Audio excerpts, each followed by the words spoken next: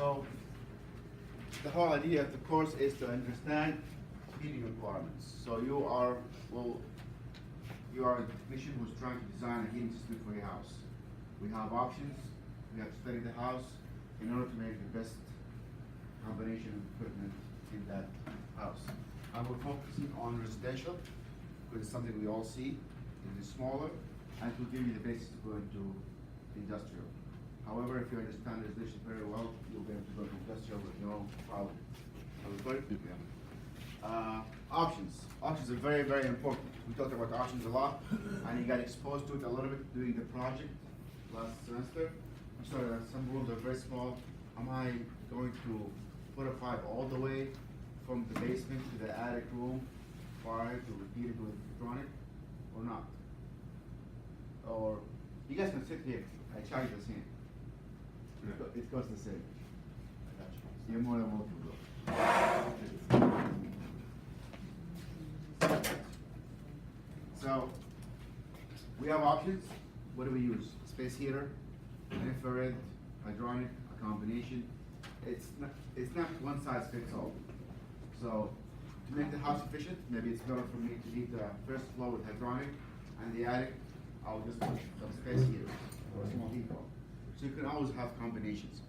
For another example, if we are using forced hot air, maybe it's better to use that in regular days, and in the winter I will use gas, because for a month of January the efficiency of heat pump was very low and it cost you a lot of money. So it's good to have combination. And a lot of places in the Northeast you cannot use only heat pump because in January they'll cost you a lot of money in electricity, and the efficiency really goes down because it's very cold. So maybe you need to put a combination of things. And that will be small decision making you will do based on your knowledge. So you'll be able to say, okay, maybe it's better for me to put a space heater here or a heat pump in this location, or maybe it's just cheaper for me to put a pipe and run some steam to it. And hopefully you'll develop this sense little by little as you go along. And again, experience is one thing that's different than knowledge. So as you go in the field, probably there's a lot of best practices that have been done for years, and probably now you understand why they do this best practice. For example, in a kitchen where you have no space to put a radiator, usually they're under the closet radiator, kickboards. They call them kickboards, and those require special piping. So if you put them with regular piping, probably they're not going to heat as much, and you'll see that malpractice being done where you put a kickboard with the same kind of piping with no diverted tees, and eventually it doesn't work properly. So it's good to ask. It's good to have some kind of references. We'll talk about heat transfer concepts and calculation. I'm not going to go too deep into the calculation, but I want you to know at least how it's done. Do one example. You're not going to be doing all the calculation, but at least to give you the common sense of why you need the pipe to be a certain size and why a small pipe will not do the same heating. At least you have some kind of background. Why is this based on? Why are we doing this? And if we understand heat transfer basics, conduction, convection, and radiation, we can understand how do we move the heat from the basement to the living space. So again, I have some options and I back them up with numbers so you can understand where they come from. I'm not going to be very picky about the numbers thing. Again, we're not mathematicians, we're not going to be doing engineering design, but at least you have some kind of basis and you will go to class for that. And I'll try to make it as simple as possible so you understand where it comes from. Equipment sizing, calculation. So last semester, what did you size? First one. A boiler. You did a boiler, right? So you sized the boiler based on the amount of heat in the house. Now we'll go a little bit further. We size the boiler. What are the other equipment that we can size? Pump, expansion tank, valves, safety relay valves. Also, what unit is dispensing the heat into your room? Is a small register better than a big one, and why? How big of a radiator do we place? Do we have the space for it? What are our options? So it's good to be knowledgeable about these little things. Basic residential heating design layout. Again, those little techniques are very helpful. Where do we put the boiler? Any place will do? No, I want to put the boiler where I have the least piping. So usually you see the boiler most of the time in the middle of the floor plan. Why? So you can branch all the pipe to the house and come back without having to do too much piping. Piping is expensive in terms of cost and labor. So you want to have the most efficient piping. What else? If the pipe is too long, what will happen? You have hot water at 180. By the time you put the pipe, all the way to the third floor, you're at 120. So you lose here as you go. Maybe I should insulate it. So that's another question you have to answer, and you want to know why. We'll also talk about recent advancement, an area of improvement, areas of improvement. The more knowledge you have, the more ideas will come to your head. Maybe if I do this better, maybe this can be better. And again, this is a good area for you to explore. The best person who can come up with ideas that will change the field are you. Because you're interacting with the equipment. You have some knowledge. You're questioning things. And this is a really great idea for businesses. There's a lot of patent pending and always coming from people like you who work with something and find very annoying, and then they come up with an idea, fix it, and they patent it. And that's a good idea to have some kind of a business or an idea or like interpretation if you want. But it's very, very important. So if you don't have the knowledge, you'll say this is how it's done all the time. I'm just going to do it the same way. But after a while, you'll find maybe it could be better, and why not? So you can take that process further. If you don't know the basics, you're just going to keep things the way they are, and you're not going to question things. But now we know the basics. I know we can improve. We had few students actually in this program from 20 years ago, who are right now multi-million business owners from small inventions. I know one student came here, he graduated 30 years ago, and he had a company that manufacture efficient filters for condensing boilers. Simple thing.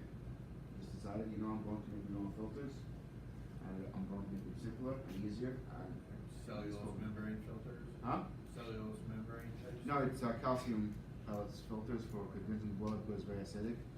So you can come up with ideas like that. For neutralization lines? Huh? For like the condensation lines? Yeah. Yeah. Now it's everywhere. It's mandated by the law. Yeah. But at that time it was not very I common. need one. So the syllabus. This course is 4-credit course. You have experience? Yes. It's a 4-credit course. What does that mean? It weighs a lot. So if you get a D in this course, it's going to bring your GPA down. If your GPA is below 2.0, you do not graduate. So keep that in mind. So 4-credit course means it's going to be a lot, and it's going to affect your GPA. So make sure you do very well in it, and it's not that difficult. Class meet 3 times a week, Monday and Wednesday, and in the afternoon. The afternoon session is 2 hours, and once I give you out the project, we'll dedicate that time to work on the project together. So you have no excuse. If you have any questions, if you're coming for Wednesday, I assure you by week 10 you will be done with the project. It's easier for me to be there and talk to you in a group. The project will be in a group of 3s or 2s. It has to be in a group. You cannot do the project alone. It's a lot of work. With more people, it will be better. 3 is optimum. 2 is fine.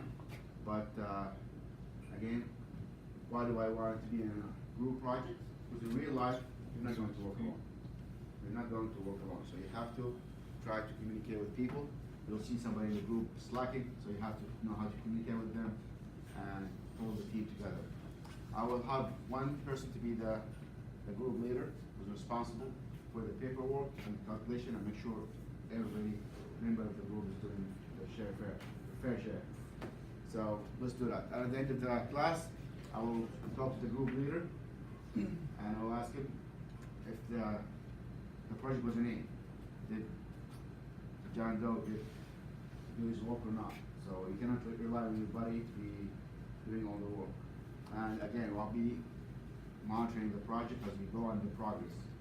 The first step of the project is a repetition. I'll give you a floor plan and you will do the heat loss calculation. All of you did that. All of you passed that. So I mean, you know how to do it. Just don't slack off, let's do it. And I'll have milestone before spring break, I want that to be done. We get the heat loss, we get the BTU for every room, we'll take it from there. That will be the biggest part. And it's a lot of fun. And things are more fun when we do it with the in group. So we'll do that. So no textbook book required. However, you still need your H22 manual. That is the heat loss manual. You can use the J manual as well. So that's what we need. Grading. 20% is homework. And in this class, the homework is more involved than the quiz because there's a lot of calculation. It's easier to do the calculation on your own time, leisurely, and get it done than to do it in the quiz. So the quiz will be a little bit easier than the homework. The homework is going to be involved, but you have a lot of time to do it. You have a week, you can do it on your own time at your own pace. 20%, it should be in your pocket. You should not worry about it. That should be a guarantee. I will not accept late homework, so please submit it on time. And check with me if you got stuck. And again, please try to submit something, even trial. I'll give you some credit for effort. I'm not very picky, but as long as I see that you're trying and you have some progress, that is fine. Quizzes will be the same thing, 50%, 6 quizzes. I drop the lowest. The quizzes will be pertaining the material given in the homework. I might give you a process of calculating a fill and expansion tank. And I'll just have the process done. I want you to fill in the blank with numbers. Again, the quizzes are open book, open note, open calculator. I'll give you a formula sheet. So all you need to know is just understand how to solve this puzzle. All the tools you have with you. I'll give you a cheat sheet that contains all the formulas we need in the class. I think I have some of it here.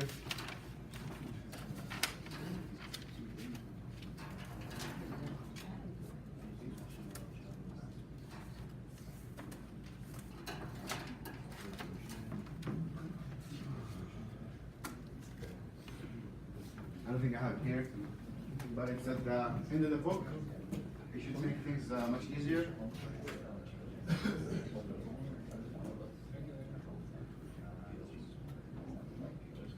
If you look at the end of the book,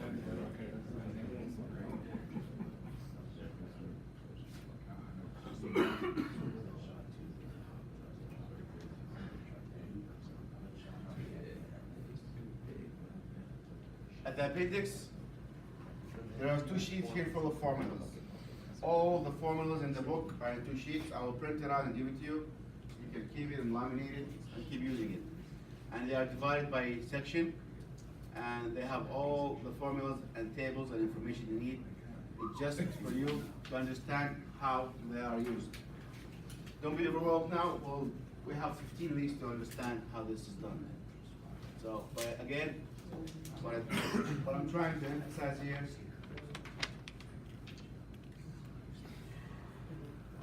it's just understanding the concept, and everything else is available. And I'm here for office hour, and trust me, it's not voodoo. It's simple logic. It's supposed to be logical. If not, then it doesn't make sense. The final is 15%. And again, I do the same thing. If you average a 90 and above in the quizzes, you don't have to come to the final. However, if you take the final, I will grade it, and you get that grade. So it's an incentive for you to try to score very well during the semester, understand things as they come, and most important thing in everyday life is what? Not to panic. Stay calm. As soon as you panic, things just go bad. So do not panic, relax, it should be fine, and we'll work on it. Again, if we understand the homework, we'll go over it. If you understand, please let me know, and we'll work on it. And during the quiz, if something doesn't make sense, raise your hand and I'll try to explain it more to you. Again, the purpose for me is not to test you or not to make things difficult. I want you to understand these concepts. And I know they are important. I did check with a lot of people in the field. I checked with a lot of people who are hiring, and they will love to have this knowledge in this university. Again, the heat load analysis exam, if anybody did not take that and they want to take it, please do, because it's a good backup to have with yours. Did you get your certificate? Haven't yet? No. Really? Yeah. I got a call. Huh? Did you get yours? You know it. I got a couple patches too. Yeah, it's cool, huh? Yeah, can't Patches wait. and stuff. Well, when did you get it? Why not? Check with them, man. Yeah. Call them. Yeah. Send them some hate. Yeah. I was checking the mail every day, like for 2 weeks. It comes really quick. Yeah, no surprise. Did you put your mailing address correctly? Hopefully. Yeah. I got mine real fast. Yeah. Wait, the bill?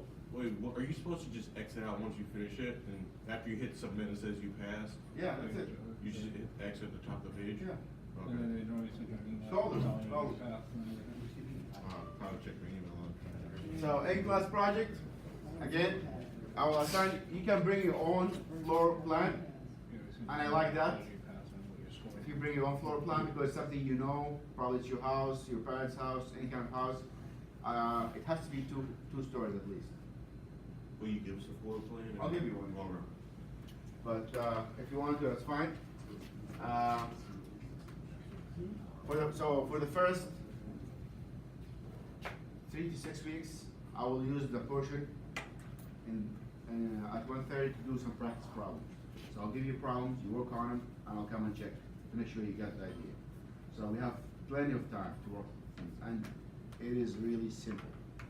Just like open your mind, and we will walk around together. The house has at least have 2 stories. Detail of building material.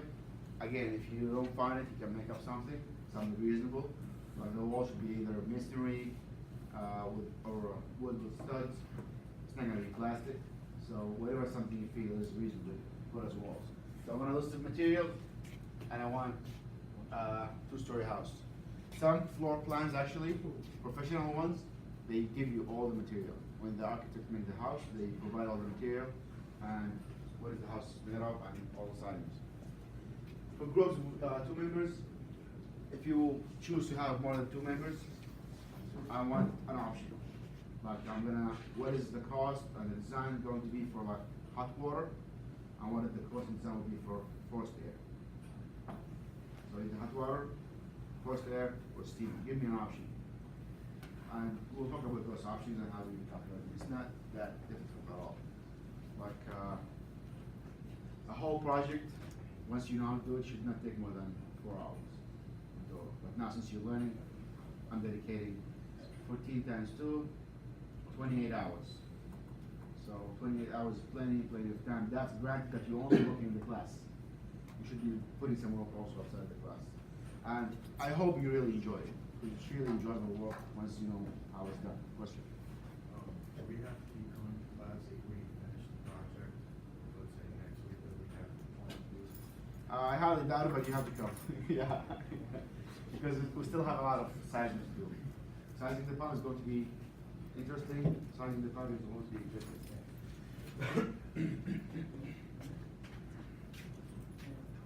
Okay. Any questions about the class or the syllabus? So do we have the lab today? Today, no. You just said no. Yeah. The homework's gonna be about. I only got one. Huh? You make the homework questions off your book? Yeah.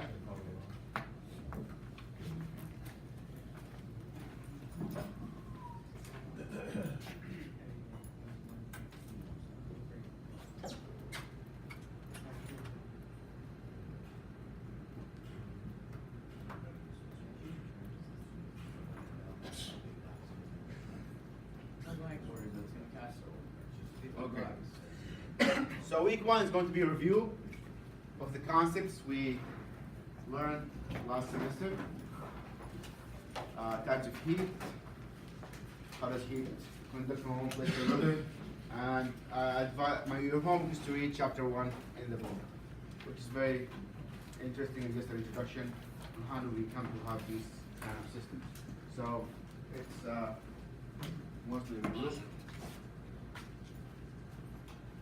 We want to understand again that heating requirement, options in residential heating.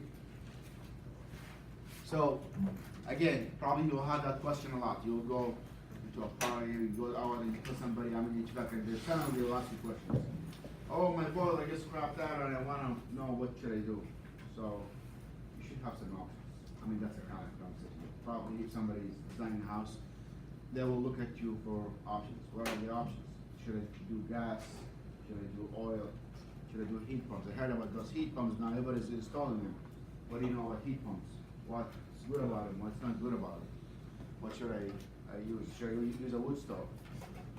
So my answer is always it depends. Always depends on the house, how often you use the rooms, which rooms do you want to heat, which rooms you don't want to heat. So again, and energy is expensive. Nobody wants to pay $300 a month for heat. So yeah. I was gonna say, we're turning my whole house, we're getting rid of all of our heating, we're just going to radiant floors, Yeah. that's what we're doing.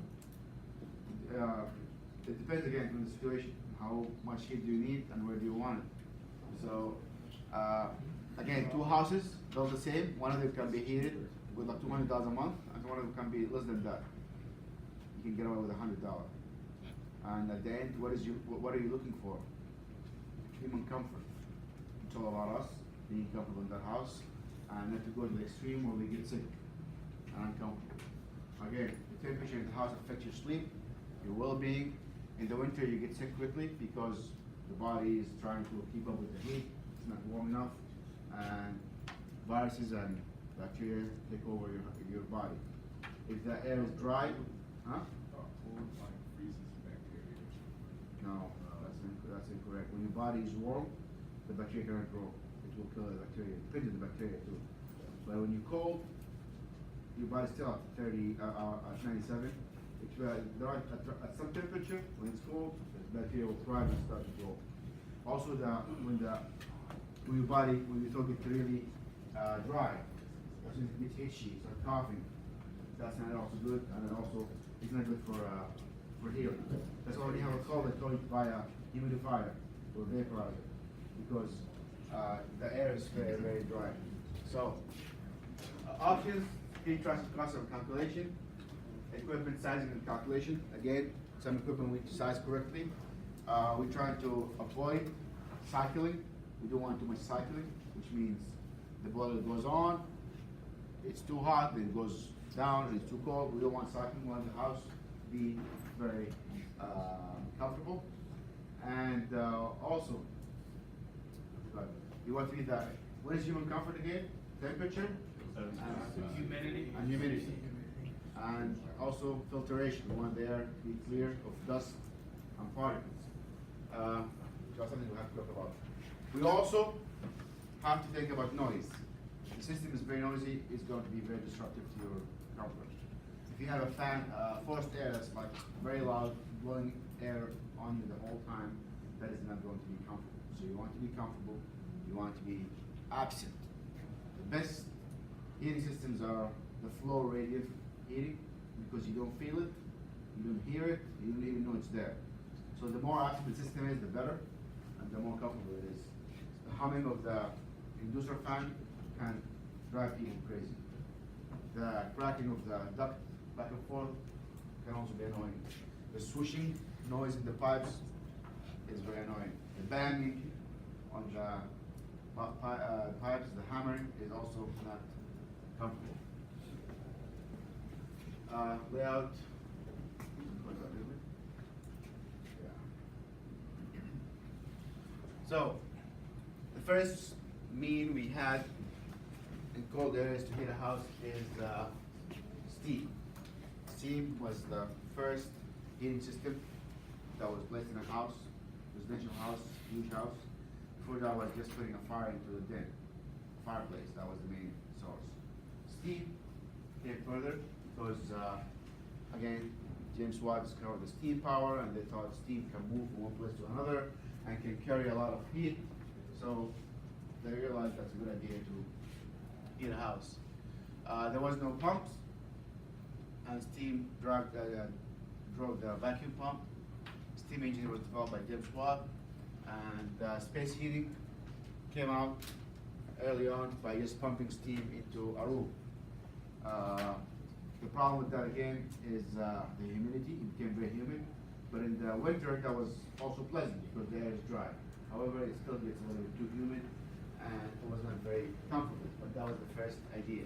We're gonna have a big boiler and a pipe going to every room, and to pump steam as we go along. Steam will condense, and we're gonna have some wet spots in the house, so it was not very practical. Steam inside tubes and radiator started in 1920. When somebody thought, okay, we do not need the steam to be pumping into the room either. We do not need the steam to be pumping into the room. We can circulate the steam back. That will be easier because what is the problem with also pumping steam into the room? Too much humidity. Mold, Said too much humidity. too much humidity, what else? You burn yourself. There's no energy, Wait, you're saying pumping the steam directly into the room? Yeah. You burn yourself? You're good. What else? You're gonna have to fill the system with water the whole time. The whole time you're gonna keep filling it with water. And this water it's going to have some salt. You're gonna have some accumulation. So you're gonna have a water source all the time burning, running water and pumping that water out of your window. Was that the discovery of closed loop, or had somebody already come up with it? No, that's what, They just adopted it from somewhere else? no, they just discovered that in 1820. The closed loop system? Yeah. So they thought of, okay, we pump the steam into a pipe, the pipe gets hot, and it will heat the room. But then they realized the pipe doesn't have a lot of surface area. So we need a lot of pipes. So they put the pipes back and forth, and then eventually go on to, what if we have a whole radiator, a lot of surface area, we run steam through it. Then they realized that when you run steam through the pipe, what will happen to it? It will condensate. It will expand, cool, and condensate. So we're gonna have steam and water in the same pipe. So we have to think of an idea where we can have the steam running into the radiator, condensing, and we can collect the water. So it became a very elaborate system. That's why it was very expensive, and it was only in like big, rich houses, because there's a lot of piping involved. And if we are going to heat with steam, we need some thick pipes, because steam will expand and contract, and it might accumulate some pressure, so we want something that will handle that heat and expansion continuously. That's why when you look at any steam radiators, they're very, very heavy. I have steam in my house, I cannot lift any radiator, it's so heavy. The thickness of the steam, of the steel is very large, and again, you need something large. Why? Because we want this thermal inertia. What is thermal inertia? Ability to store. Yeah, ability to store heat. So the metal will store the heat and dispense it to the outside, and most steam radiators are very hot to touch, you cannot touch it. So that was a good idea to have, so we can regulate the steam, pump steam without too much pressure, and store the heat in the metal.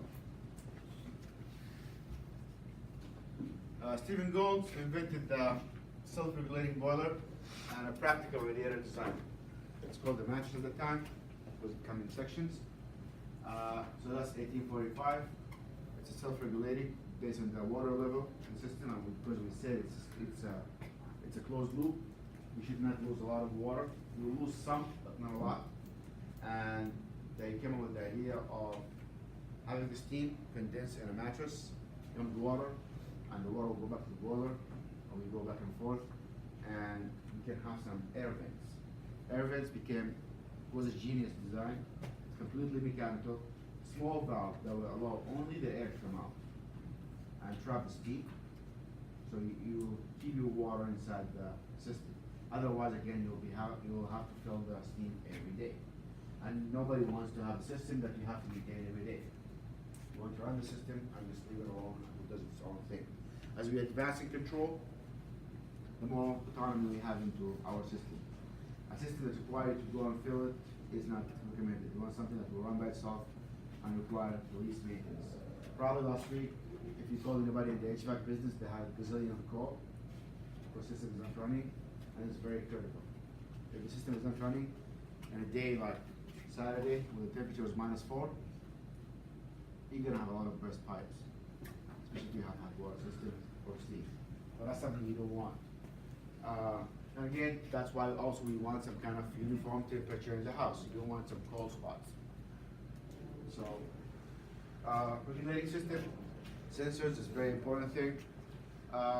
Now, in 2019, we have so many sensors and so many abilities to control the system.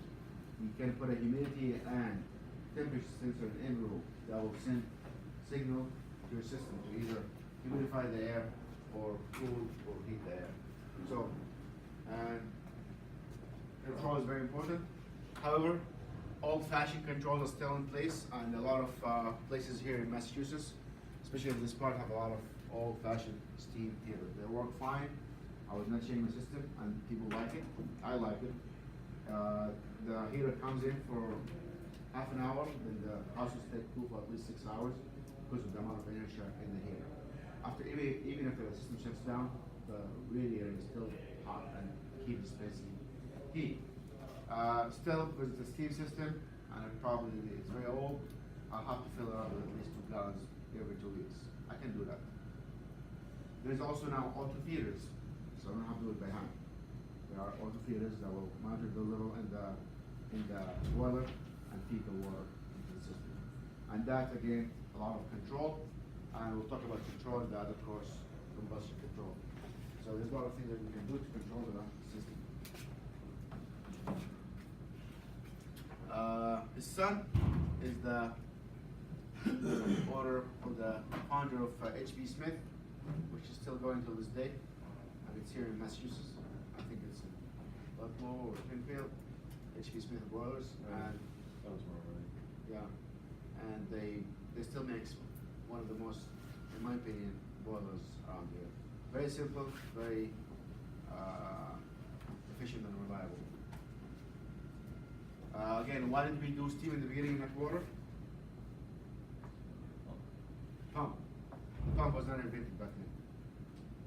So we could not pump water without a pump, and steam will rise by itself. In the steam system, you don't need water. So, and in the steam system, you do not need an expansion tank. We'll talk about that as well. So, introduction to the pump. It was introduced in the 20th century.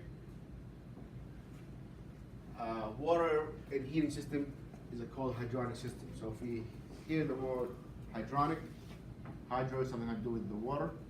So it's gonna be either steam or water. A boiler is a boiler, can boil steam and can boil water depending on the temperature you set it at. A lot of boilers now can be both, can be used for steam or can be used for water, but it's better to have a dedicated system for steam and a dedicated system for hot water. Hot water, what would you expect the temperature coming out of the boiler to be? What is boiling temperature? 220. So what is the temperature of the boiler? 190, 180. If we go to make steam, we will have the boiler set at 220, which is the boiling temperature, 220 to 25. You don't want to be hotter than that. Why? So for residential, what happens if you heat steam more? You can superheat it up to 500 psi, which is a lot of pressure. And a lot of pressure means a lot of control and safety issues. So what is the pressure for residential boilers? Oh, it's like For 2 steam. to 4 or 2 to something. 5, 2 to 4. 2 to 4 or 5. But I usually, think 5 is like max. maximum. But usually you want to be at 2, which is really low. So you want the steam to be free flowing slowly and not bursting out of the boiler. It should force itself into the pipe or into the mattress and come back, but it should not be too high that it will explode or leak. And you always have a safety relief valve on the boiler. What is the safety relief valve set at normally? 6, 5, or No? Huh? 6, No. 10. No. No, it's 9. No, higher. That was like 30. 30. Safety relief valve is set at 30. If the safety relief valve opens, that means your boiler is going really high in temperature. When we do the combustion class, you'll see how fast, once you boil, how fast the pressure will go. It doesn't take more than a minute. Once you start boiling, the temperature will add up quickly, and you'll see the pressure going from 2 to 20 in no time. If the center leave valve open, it's kind of scary because it pops. And hopefully, if you have installed your boiler correctly, you do not point the vent of the steam valve to the outside. Usually, I've seen that a lot. With a pipe on it and point it downward, so that it does not scald somebody. Steam at 30 psi can really burn. You can lose some skin. So have respect for steam and do it properly and have the safety equipment you use.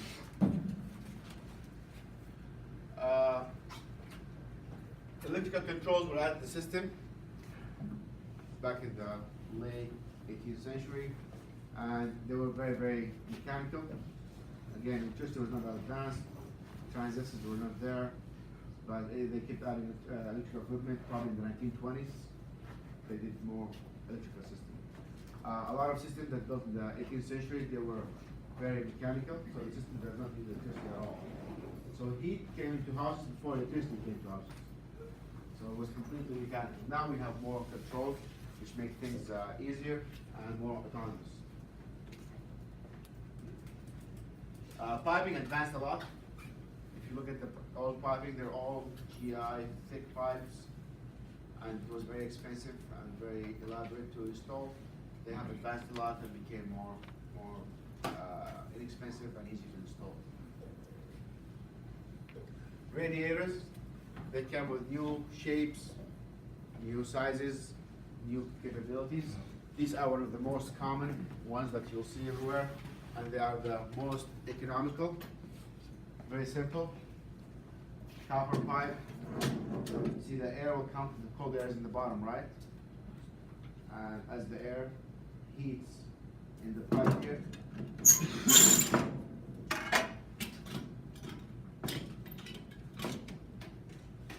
very, very simple design. The air will heat and it will go up from the vent.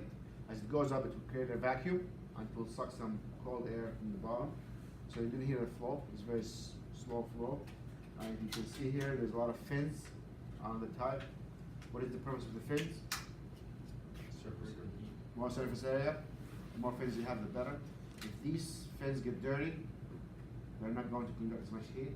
So you want to be clean and not clogged. Very simple design, simple to install.